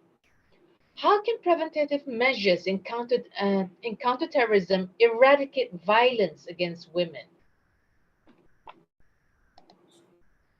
Sorry, Dina, could you repeat that? Okay, I'll repeat that again, yeah? The question is from Tabitha Danun. Okay, how can preventative measures in counterterrorism eradicate violence against women? All right. Can I go ahead? When we talk about counterterrorism, we have to understand counterterrorism is a law enforcement duty. Civil societies don't do counterterrorism. I always say, when somebody comes out and say I'm a counterterrorism expert, and how many months of years have you had ground experience is different. We need to look into anti-terrorism prevention rather than counterterrorism in the prevention method. So we need to focus counterterrorism, which is prevention of terrorism, violent extremism, and prevention of violent extremism. So there's different sectors that we need to concentrate. So for me, when you say counterterrorism, it's law enforcement going in there and doing their job. Okay, Andrin. Okay, we got you back. Oh, you mean I was lost? Just a little bit, the tail end. Could you repeat? All right. Its internet connection is unstable. So somebody take over, please. Zora, go ahead.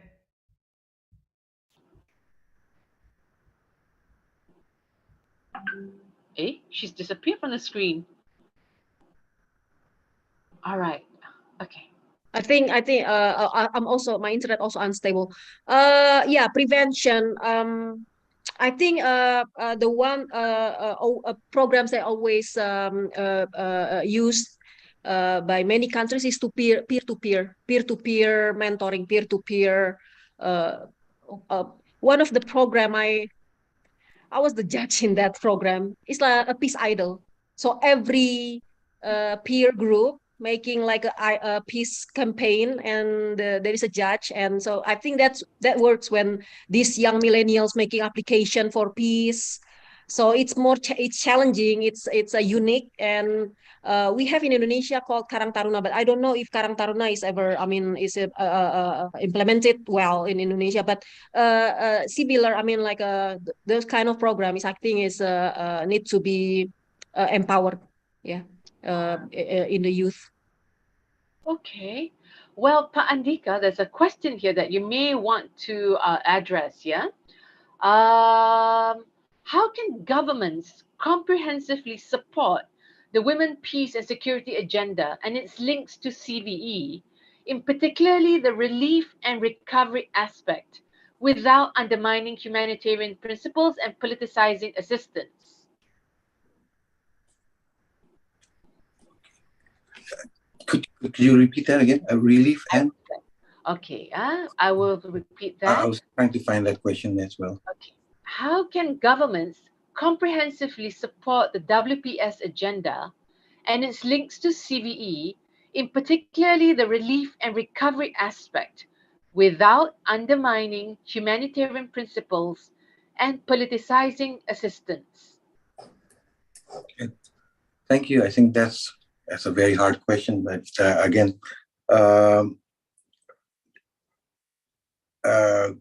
I mean, the whole setting of that's the importance of government supporting women, peace and security. I think it's something that is at the moment very important and very crucial. We are also seeing that agenda is something that the government is also focused on. The Indonesian government, we do have a national action plan on that as well, very much focused within the context of preventing and also protecting women and children at times of conflict. So this is something that I believe does support the women, peace and security. Now, of course, one of that aspect is related to relief and recovery of women that are caught in those conflict settings. And I think this is part of that, part of the job of the government. And I believe for Indonesia, it's an obligation. It's written within our constitution that protection should be provided to all citizens of Indonesia wherever they are. So in that sense, that humanitarian aspect is an important element of that, and it is something that's prescribed within our own constitution. So that would be I believe it might be a normative answer, but that would be an answer if you're coming from the government side. Thank you. Thank you very much. Shall I go on with another two questions, or would Mr. Andrin, Dr. Zora like to add on? Okay. Okay, I'll add on, yeah? Okay, there are two questions from the floor. There's one short one.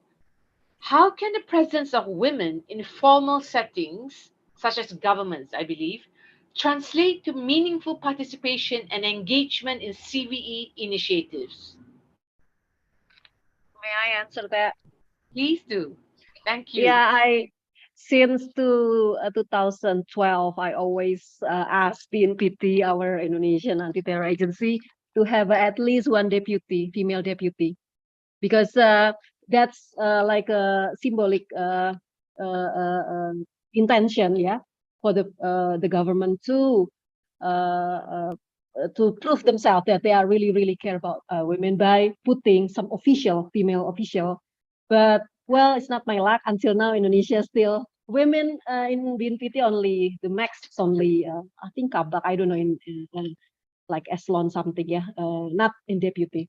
But I think that's a very important to have a female official in our counter-terrorism agency to prove the intention that they really care about women. I'll just jump in on this with Okay. Zora. We recently had a Pcv program for Somalia, where many of our counterparts, experts, were actually from Indonesia who did this, and some were online and abroad as well. Now, as an advisor to the federal government of Somalia and the minister himself, I have always told that Somalia needs to bring in the women, and Dati was part of our team, and we showed that the need of women in prevention and countering violent extremism was needed in Somalia. And the government is now adhering to this, and the Minister of Religion has decided that they will start bringing in women in order for us to continue our next project in Somalia in a couple of months from now. So we'll be having women from our team to go to Somalia. That means I will be taking Indonesian women, whether it's Zora or Dati from our team, to Somalia to engage with the Somalians. And the Somalians are pretty open about this. So we need to have women. And like I said, the patriarchal part of it has to change from the Muslim community, because Islamist jihadis are now using matriarchal. They have learned to use women, and they have already adapted to it. And here, the religious ulama councils in certain countries are still, it's patriarchal, it's patriarchal. No way. Let's be, like I said, let's be truthful to ourselves. To be sensitive, we are only lying to our Muslim friends that all is good. We need to be focused. We need to be genuine in what we do. It may be sensitive, but there's nothing in this world is sensitive. Everybody jumps into something, so we need to be very, very understandable and able to communicate. Okay, Mr. Andrin, I can just imagine if we do that presentation in Malaysia, ISA, so smart pota, or you'll get the mullahs after you. But anyway, we've got, quite a bunch of questions here. One especially for Pak Andhika. So, but I'll ask the other question first to give Pak Andhika a break, yeah? This is a question from Ms. Vanessa Palarco from the Office of the Presidential Advisor on Peace, Reconciliation and Unity, Philippines. Her question would be this: connecting to the women and youth being part of the vulnerable sector in the context of VE, and with Indonesia having its own National Action Plan on PCVE, what are the efforts to harmonize the NAP PCVE vis-a-vis the WPS and Youth Peace and Security agenda? This is also important as ASEAN WPS Plan of Action is being formulated along with an ASEAN Plan on PCVE. Similarly, the ARF, right, has also released a joint statement aimed at pushing for the YPS agenda in the ASEAN platform. That's quite a mouthful and quite a lot to digest. Who's going to take on this task? Okay. Can I start first? Yes, please. And I think Andrin can add to that as well, because he's been also looking at various ASEAN documents. Thank you very much. I think, yes, this is a very, very good question. And of course, when we look at that, there's so many documents out there, ASEAN-wise, national-wise as well. There's the Women, Peace and Security Agenda. There's the Youth and Peace Security Agenda as well. Then you have the Sustainable Development Goals. Then you have the ASEAN one as well. You have national ones as well. You have the ASEAN Plan of Action on Preventing, Countering Violent Extremism. We have a national one. The Philippines has one as well. Now, how do they work? This is what when we started to embark, this is our experience in Indonesia.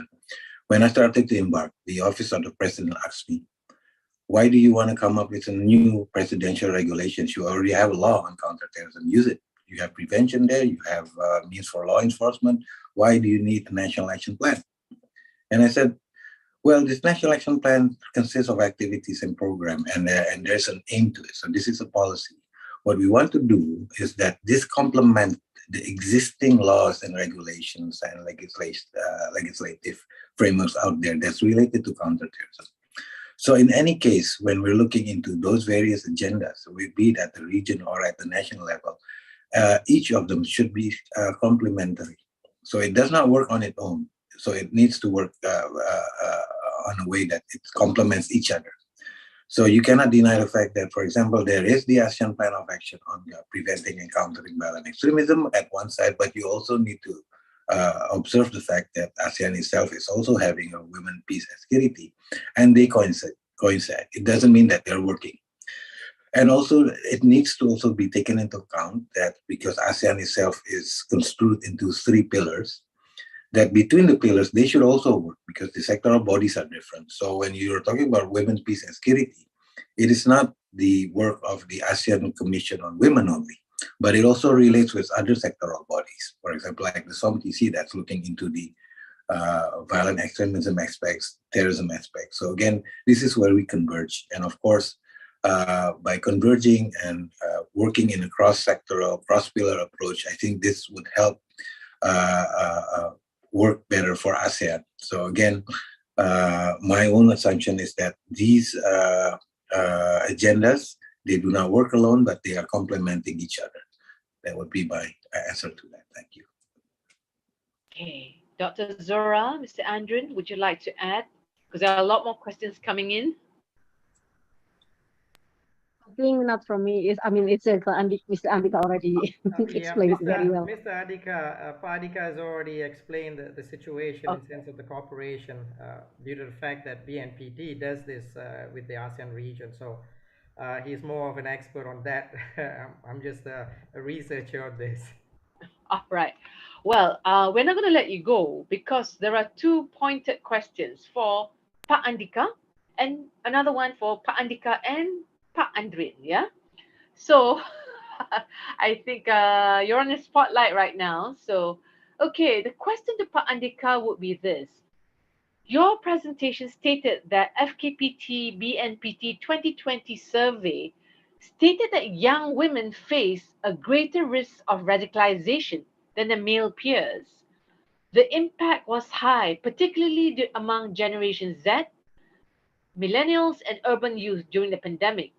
Aside from the high usage of internet and social media, what was the biggest contributing factor that made millennials and Gen Z prone to radicalization? It's for you, Pak Andika. The research, I think it consists of 32 provinces made by the Coordinating Forum for the Prevention of Terrorism. It's an annual survey that they're conducting. The good part of the survey is actually that the potentials for radicalization has lowered in terms overall. But one thing that is concerning is that women especially the younger women, are becoming potential to be radicalized. So this was the result of that. Of course, the survey did not really embark on what are the factors contributing to that, but I believe that it was done during the pandemic. So many of the women were there online. We are using this online mechanism for daily work, for schools, and for whatnot. So in that sense, more and more women were becoming radicalized, and particularly those that are the younger generation ones, compared to their male counterparts. But to really know what was the underlying factor, why that happened, I think more research needs to be done on that. Of course, one should also bear in mind the fact that there is a multi-factor reasons why individuals, be it women or male, or the men, are being radicalized. So there's not one factor alone which justifies why they're embarking on a pathway to radicalization. So this is, I think, but the concern is there. And of course, some of the studies out there is also showing signs of that. One study conducted by Sufan, for example, underlined where women are embarking on the pathway of radicalization, looking into for example, in Indonesia from 2015, 2016, there was only 3 apprehensions of women. But from 2016 to 2020, the Densus 88 or Detachment 88 apprehended more than 40 women. So there you can see, for example, there's a rise of that. But of course, there's also a greater need to understand why women are embarking on the process of radicalization. Thank you.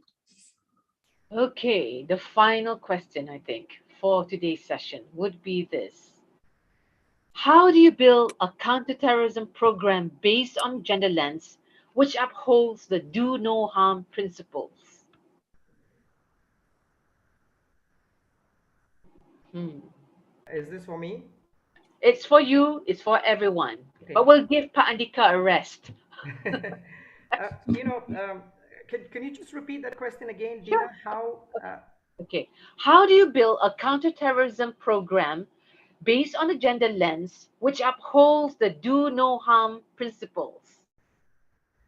It's amazing. When I spoke to Nasir Abbas, who was head of Matiki Indonesia and Jemaah Islamiyah, it's amazing when he was arrested by Detachment 88, how Detachment 88 actually handled his arrest.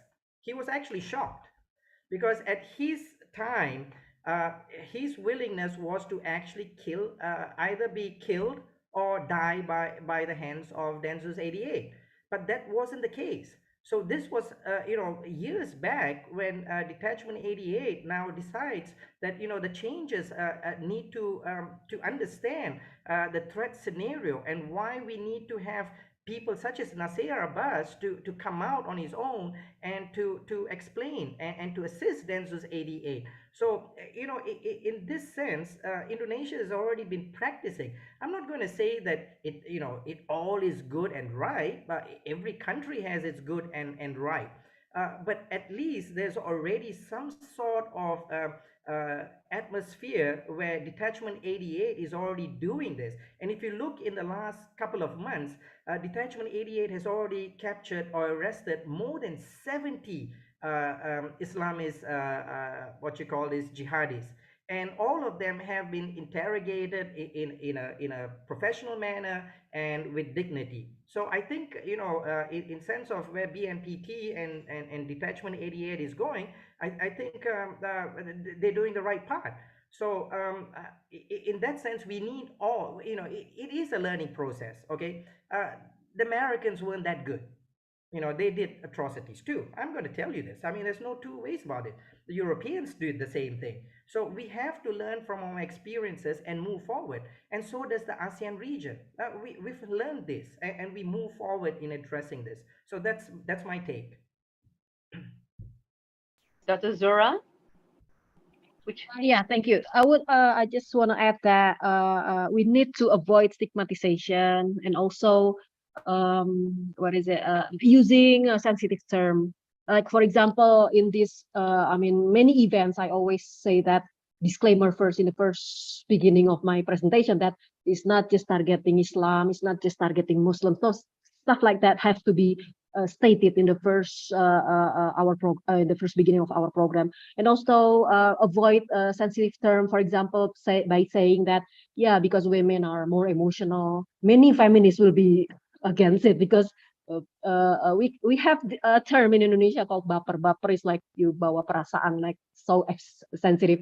And some of the feminists say to me that men also baper, men also emotional. So we cannot say something sensitive. So that's to the importance of do no harm approach. That's very sensitive because the issue itself is a sensitive issue.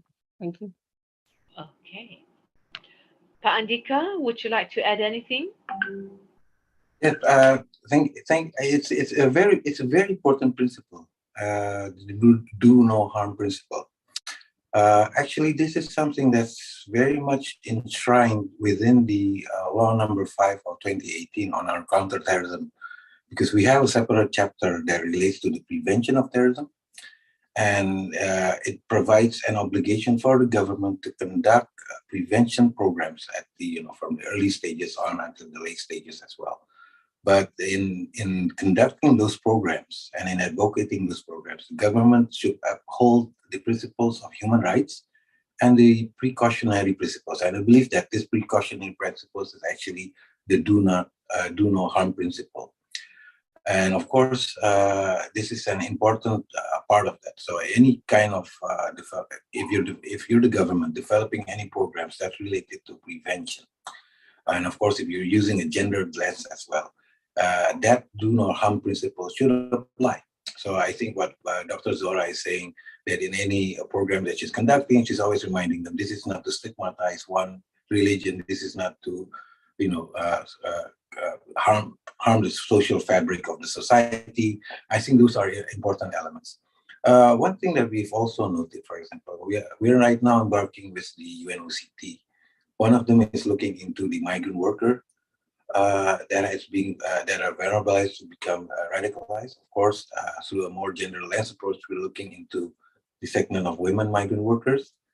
And of course, the do no harm principle is an important measure because we do not want to discourage people traveling abroad to work. We don't want to stigmatize the society, the Indonesian migrant society, to being saying that they are very radicalized. But we want to address one small aspect of that and to understand why they are being radicalized and how we can prevent that. So I guess this is an important aspect of that do no harm principle is an important element in any sort of program that you're conducting when it comes to the prevention, including through the ones that you're looking through a gendered response. Thank you. Right. So I don't think we have any more questions from the floor. So I'd like each one of you to just wrap up for a minute before I hand this over to the MC of the event. Perhaps we shall start with Dr. Zora. Just 1 minute of your thoughts about the webinar and so forth. Yeah, thank you, Dina. I think this webinar is very important for sharing ideas about what's next, what to do next, what previous done, and then what's next to do. So I think I'm happy to contribute and welcoming more further programs in this term. Thank you. Thank you. Mr. Andrin, just 1 minute. All right. Just to thank everyone. And like I said, when we do programs of PCV, we need to be focused what we are talking about. Like Zora said, we're not stigmatizing Islam, but we are acknowledging what we are focusing on. Similarly, when the Christians, the Crusades happened, Christianity addressed it. And similarly, the Muslim world needs to address this. So we cannot be just sweeping it under the carpet and worried about this law enforcement, that ISA or that politician and stuff like that, because then we are not experts in our field. We need to be experts in our field to give the feedback to policymakers and to governments. If not, terrorism experts doesn't need to exist anymore, because we're all just bandwagoning government and supporting governments. But be truthful and be knowledgeable in Islam is the key understanding of any race to counter the threats of Islamist ideology. All right. Thank you. Pa Andhika. Thank you. Thank you, Madam Moderator. I think this today's session has been really, really important for me. It has also provided me a lot of insights. Speaking together with very prominent persons, Mr. Andrin, and of course with Dr. Zora as well. And I had the chance also to listen in on the special rapporteur. It gives us a very comprehensive view of what is out there, how we can have a more gendered response, gender-sensitive analytical approaches in understanding the involvement of women in violent extremism. And I think that's an important element of that. First, by understanding. Second, by implementing programs. That one of them, of course, we do not do no harm principles. And the third, I think, is how we get women to become more involved and participate, and also be able to partake in any decision making related to preventing violent extremism. So these are some of the main features that I believe today has been highlighted. And of course, this is something that we will also take. Of course, the National Counter-Terrorism Agency is always open to evidence-based research and results. And of course, this will strengthen our ways and means of making better policies to be advocated in the society. So thank you very much, Madam Moderator. Thank you to our speakers, including the professor who had to leave. I will definitely be referring to this webinar and your slides for a paper I'm doing for a government agency in Malaysia. So I'll reach out to you if I have questions or if I need to clarify.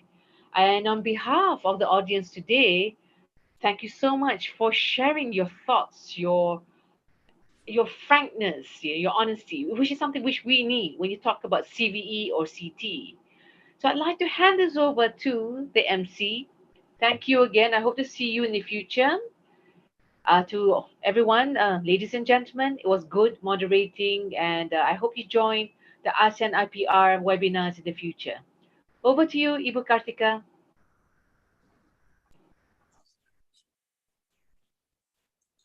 Thank you, Ibu Dina. Thank you to all our distinguished speakers for their time and for sharing information, their expertise, their experience. It is indeed a very interesting and very rich of knowledge discussion this afternoon. Even I myself picked up a few points that are very interesting and new for me to know. So, and our great moderator. Now, in the chat box, I see that some attendees have asked for our link to the e-certificate. I hope you're all able to access it. If you're still finding issues with accessing the e-certificate link, please contact the emails listed. Now, this is the end of this afternoon's discussion series. Thank you very much for joining us from beginning to end. And we look forward to welcoming you to the next discussion series session. Stay safe, stay healthy, everyone. Good afternoon. Thank you. Selamat malam. Thank Have a you. good weekend. Terima kasih. Thank you. Bye. Happy Thank you, Miss weekend, Dina. everyone. Thank you, Miss Katina. Thank you, Mr. Andrin. Thank you, Mr. Pak Andika. Andrin. Thank you so much. Bu Dina, Bu Ambassador Zora, Zora, Pak Dubes, Dina. izin. Thank you so much. Terima kasih, Pak Andika. Terima kasih Pak Dubes Dubes. izin. Terima kasih. Thank you. All the best. Ambassador. Secretary, please stop live stream.